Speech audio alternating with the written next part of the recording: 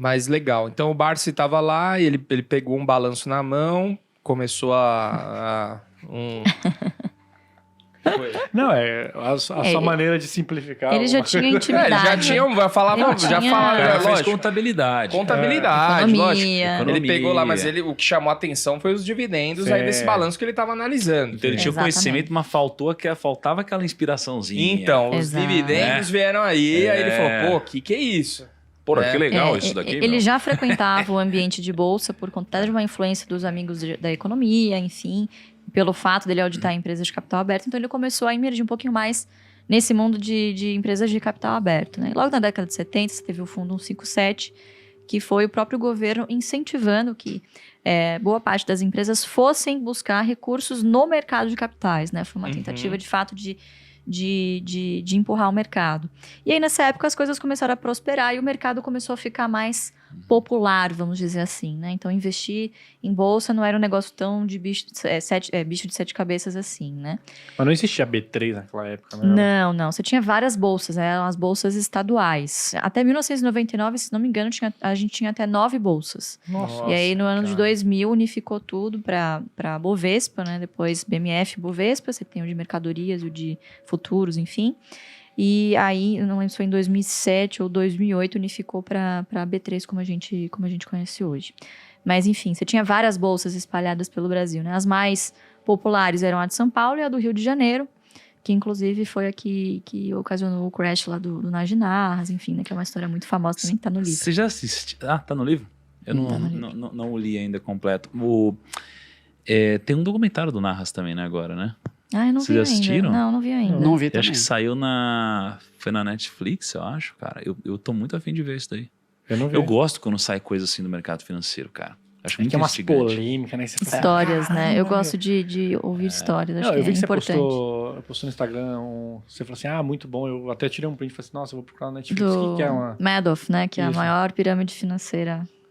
Será que é do Madoff que saiu? Saiu agora do Madoff. Saiu ontem. Então, viajei. Você tá contando fake Mas você já deu uma ideia boa aí. Tá aí uma ideia, né? Pra Netflix. Fica aí a ideia. Vende o projeto pra eles. Não, deixa Prime Video que vocês façam. Prime Video, vai ser melhor. Pô, que legal. E aí, como que nasce essa questão assim, beleza? Aí ele começou a investir aí, então. Isso, porque por ele estar nesse ambiente, você querendo ou não, você é influenciado pelas pessoas que estão ao seu redor. Né? Ah, sim. A gente sabe como que é. Isso, sem dúvida. E aí, o que se fazia na época? Só se fazia comprar na baixa e vender na alta. Era só isso que se fazia. Ainda mais esse mercado que era incentivado, que era bastante volátil, que tinha bastante mutreta, né? A verdade é essa aqui. Tem histórias fantásticas de época de pregão, que era um negócio... Os caras se batiam. Tem história de levar... Enfim, prostitutas lá pra divertir da governança atenção. nas empresas era um negócio impensável. Não existia nenhuma governança das empresas. Devia ser uma bagunça. As próprias corretoras faziam meio que... Inventavam as regras. Depois que a Bolsa foi se consolidando como a contraparte central e, enfim, meio que reguladora, né, ali do ambiente de negociação, então era um Deus nos acuda. Nossa, era um negócio, assim, bastante bizarro, né? Bastante arriscado. Mas qual que foi o primeiro passo? Você sabe qual foi o primeiro passo? Ele falou, nossa, que legal isso aqui de Sabesp. Qual foi a primeira ação que ele comprou? O que ele fez? CESP. Não foi a primeira, ele já tinha tido outras experiências de comprar e vender. Viu que isso aqui não é pra mim, porque ele via as pessoas nessa inconstância. Então, um dia você ganhava a grana pra comprar o carro, no outro dia você não tinha grana pra abastecer o carro que você comprou. Aí você tinha que vender e você já perdeu tudo. Então, ele falou, eu não posso viver nesses altos e baixos. Deve existir alguma maneira aqui de, prosperar, né? Então, ele começou a fazer o que os controladores das empresas fazem. E aí, ele começou a fazer isso com a CESP, né? A CESP, na época, era uma empresa que ele conhecia profundamente, porque ele já havia prestado serviços para a empresa. Nessa época, ele já estava saindo um pouquinho disso. E começou a trabalhar no mercado, como operador. Então, ele era trabalhava lá, né, em uma corretora, no pitch mesmo. E tinha alguns clientes que ele operava, e ele operava para ele mesmo.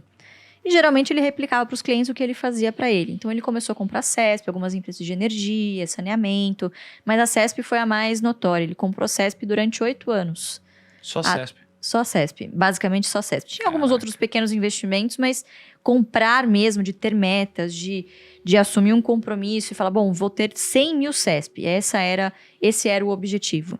E aí, no meio do caminho, ele falou, pô, isso aqui tá dando muito certo. Eu preciso escrever isso aqui pra provar que eu não tô ficando louco. Porque ele dizia, bom, eu falava, olha, eu tô comprando certo, tô comprando coisas mais conservadoras. E o pessoal não. O pessoal queria o oba-oba, o que vai Isso subir. foi década de 70, né? Início da década de Porque 70. a década de 60, ela terminou ali, acho que em 70, 71, foi meio que um estouro da bolha. Não foi um estouro de uma vez, mas começou um declínio da Bolsa. Isso. Então era um movimento de passado um movimento de alta, né? Exatamente. Passado um bull market. Um bull market, né?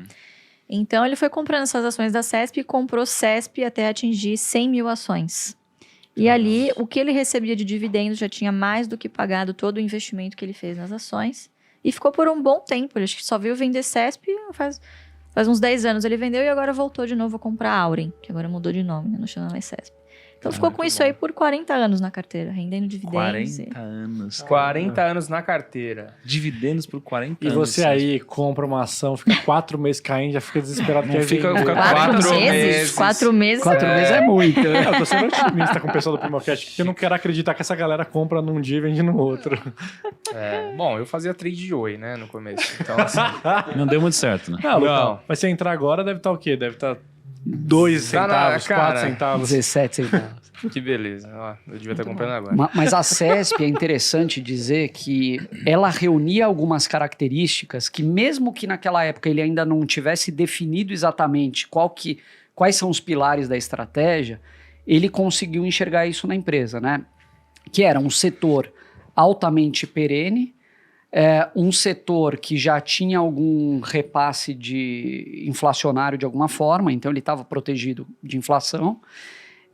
A empresa distribuía um dividendo mínimo prioritário obrigatório, que ele sempre fala, e ela tinha bonificações constantes também. Então, ele ia recebendo mais ações com as bonificações, dividendos, tanto das ações que ele já tinha quanto das bonificadas, e reinvestindo os dividendos. Então, a CESP, por ser uma empresa perene, permitiu que ele fosse cultivando essa bola de neve e ela continuasse de pé e entregando exatamente o que ela se propunha lá no início, quando ele enxergou a oportunidade.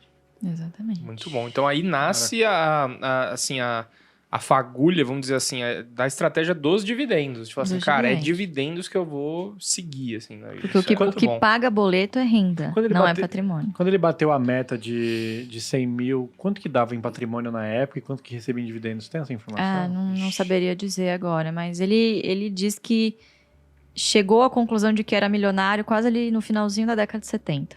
Primeiro ou segundo milhão. Então, Então ele seria ficou uns 10 anos 10 ali. anos, 10 quase. anos investindo. Quase. 10 anos investindo. Tá bom, tá bom. Caramba, tá bom pra caramba. Tá bom, chegar no milhão em 10 Não, anos. 1 milhão, não, você tá falando 1 milhão ou 2 milhões em 70, né? Que hoje é equivalente a 35 milhões de reais. É verdade. Você já parou pra pensar que você tá na frente do Barsi na época dele? Verdade. Olha aí. Mas Será que estaremos falando do livro do Kaique aqui daqui a uns Daqui- anos? 45 anos. Não, né? cara, mas é porque é isso, Como assim. tudo Eu deu tava vendo errado. o Warren Buffett, ele atingiu o primeiro $1 milhão com 30 anos. E com 47 anos, ele bateu mais ou menos $60 milhões. E depois aí Com foi imparável. 58 anos, eu acho, $1,4 bi. E com 91 anos, $91 bi. 90. Mas assim, por exemplo, eu tô na frente do Warren Buffett, mas eu com certeza não vou, ou pelo menos acredito, que pelo menos vai ser muito difícil, né? Eu chegar com 91 anos e ter $90 bi. O que eu faz quero uma força dizer... aí, primo, porque se você conseguir chegar nisso, quer dizer que vai...